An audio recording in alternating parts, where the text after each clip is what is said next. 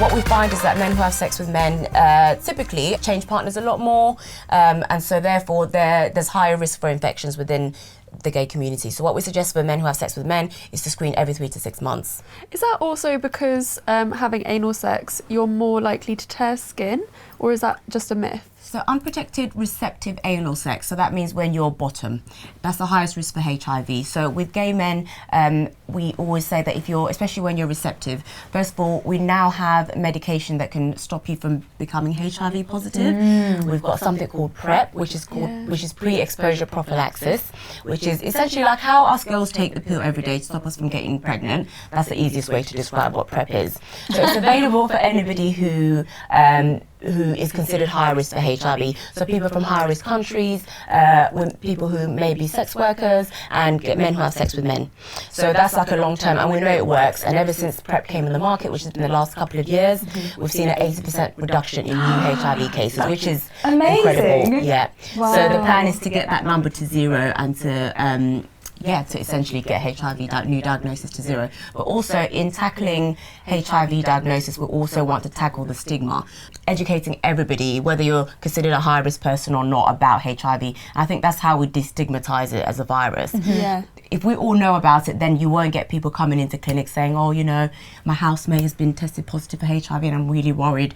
And then you'll say, okay, well, when did you have sex with your housemate? They're like, oh my God, no, we're friends. And it's like, okay, well, clearly there's some gaps in knowledge about how HIV is transmitted. So the more we all know, then the more likely we are to destigmatize it. Yeah. And if you're taking medication for HIV, you can't pass it on anymore. Yep, you can't pass it on. So if you're HIV positive and you're what we call undetectable, which means that you're still obviously HIV positive, but the level of the virus in your body is so low that it can't be picked up on a blood test. Meaning that if you're on effective treatment, even if you have unprotected sex, you cannot pass the virus on. Amazing.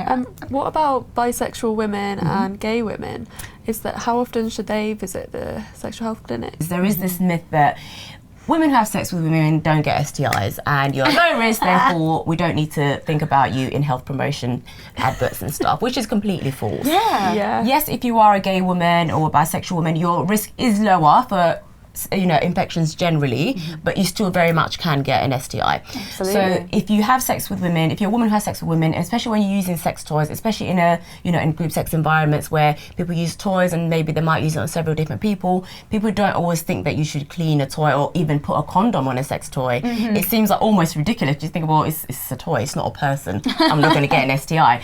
But if you think about it, if you're inserting that into somebody's, anal cavity or vagina or anywhere, and they happen to have an infection, you take that out, you use it on yourself or somebody else, the infection will still live on that dildo or that toy, and then that's how you can then pass it on. So even just teaching gay women about washing toys in between use, using condoms as well, how to use lube safely, so not to use silicone lube with silicone toys, because that's not a good thing. These are the type of things that we want to and we need to sort of target with gay women as well. I had no idea that you can use silicone lube with silicone toys. Yeah, I mean, do you know what? I learned that about 6 months ago as well. Yeah, we're all constantly learning when it comes to sex and relationships, and it's all trial and error. And you have good brands who try different things and find gaps in markets and different types of lube. We've got loads of different types of condoms than we've ever had before. A lot of people don't like using condoms. They say, oh, I don't enjoy sex as much. But then now there's no longer that excuse anymore because there's one for everyone. There's one for everyone, exactly.